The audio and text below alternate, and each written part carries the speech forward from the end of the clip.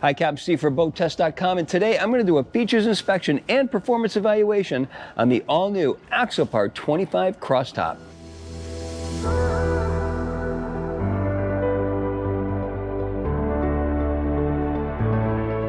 But first, before we rush into our detailed inspection, let's stand back and look at the whole boat. The Axopar 25 crosstop has a distinctive plumb bow, narrow forefoot, low freeboard, and wedge shape that the brand made famous with its 28-foot models. In fact, she has a cuddy cabin that the 28 doesn't have. But more important, this finished Axopar has been designed to be economical to buy and operate. Since Axopar sells worldwide and everyone will use the boat for a different purpose on both fresh and salt water, the standard boat is purposely Spartan. That means when customers order one, they are paying only for what they want. That fits in with the minimalist Nordic approach to a lot of things, including their homes, furniture, and way of life. Now, this is not only a functional day boat, but it's also an overnighter. Let's start our features inspection by looking right here in the cockpit. Starts with U-shaped seating going around both sides and across the transom. There's a pedestal table that adds to the functionality. Rotate the forward seats around, and now look at the nice conversational area we have. With 35 inches between the seats, there's plenty of room with the table removed. There's storage under these seats, but notice I don't have to lift the seats. The storage is open, so I can just access it even while people are still here. This one opens up. We've got shore power connectivity and the battery switches, plus there's plenty of deep storage space. A hatch in the deck lifts to reveal additional storage, the steering pump, batteries, the shore power unit, fuel tank. Notice that the batteries are handy to remove for winter storage or replace, and are not tucked away in some out-of-the-way place as we often see. There's also dedicated storage for the two pedestals for the table. Lower the table, add filler cushions, and we create a sun pad. Additionally, we can swap this out for a multi-storage compartment that's like a sun pad in the center with an adjustable seat back and plenty of storage underneath. We've got a safety factor of 27-inch height to the bulwarks, and notice that the rails are just inside the bulwarks. Notice the aft compartment version of the Axopar 25 crosstop is designed for more sunbathing and has a movable backrest for forward or aft-facing seating, or the seat back can be put on the center line for tour boat seating, something we've never seen in a boat this size. All this is under the protection of this hardtop, 9 feet by 6 feet 8 inches. The center of it is canvas, so that reduces the weight, giving the boat a lower center of gravity. There are swim platforms flanking the outboard. Each one is 33 inches. The one to the port hand side has a reboarding ladder tucked under it.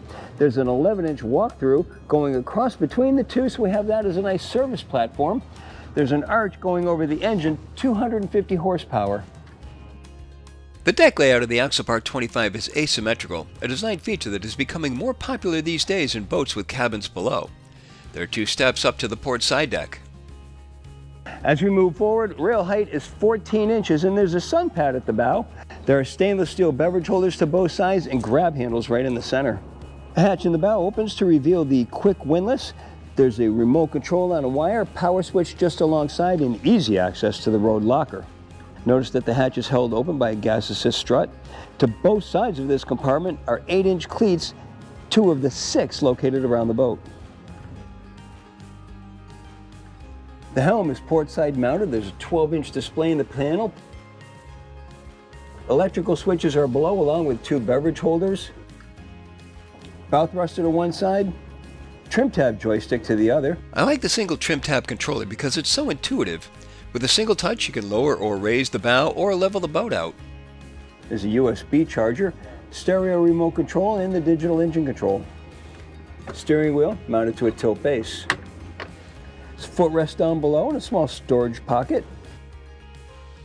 Both seats include individual flip-up bolsters. They slide fore and aft, and we already talked about how they rotate to join the crowd aft.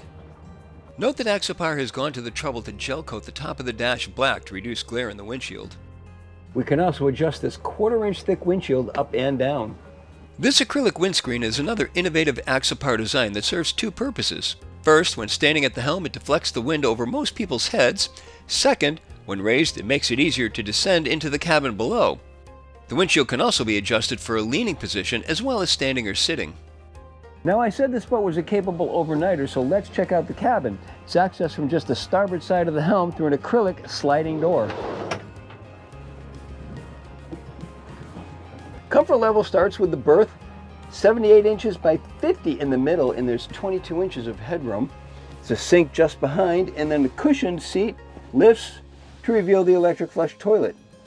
There's a storage pouch, natural light coming in from the window just above, and there's 3 LED lights providing artificial light.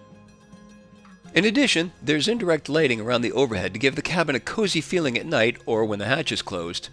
There's an opening hatch forward for a breeze when anchored. To the port bulkhead is a breaker panel. The Axopar 25 has a length overall of 25 feet, a beam of 7 feet 4 inches, and a draft of 2 feet 9 inches. With an empty weight of 3,858 pounds, 35% fuel, 2 people on board, and test power, we had an estimated test weight of 5,004 pounds. With a single 250 horsepower Mercury Verado turning at 16 by 17 prop and run up to 6,000 RPM, our speed topped out at 49 miles per hour. Best cruise came in at 3,500 RPM and 24.5 miles per hour. At that speed, the 7-gallon per hour fuel burn translated into 3.5 miles per gallon and a range of 189 statute miles, all while still holding back a 10% reserve of the boat's 60-gallon total fuel capacity. In acceleration tests, we reached planing speed in an average 4.1 seconds, 20 miles per hour was reached in 6 seconds, 30 in 8.5, and 40 in an average 12.9 seconds. The 25 is made with 3 molds instead of the normal 2, which allows the designer to create the sculptured hull sides. The bottom has 2 steps, a sharp entry, and a 20-degree dead rise at the transom. At full speed, the hull will tend to hit waves and transfer that hit through the entire hull, so there's no real slam factor.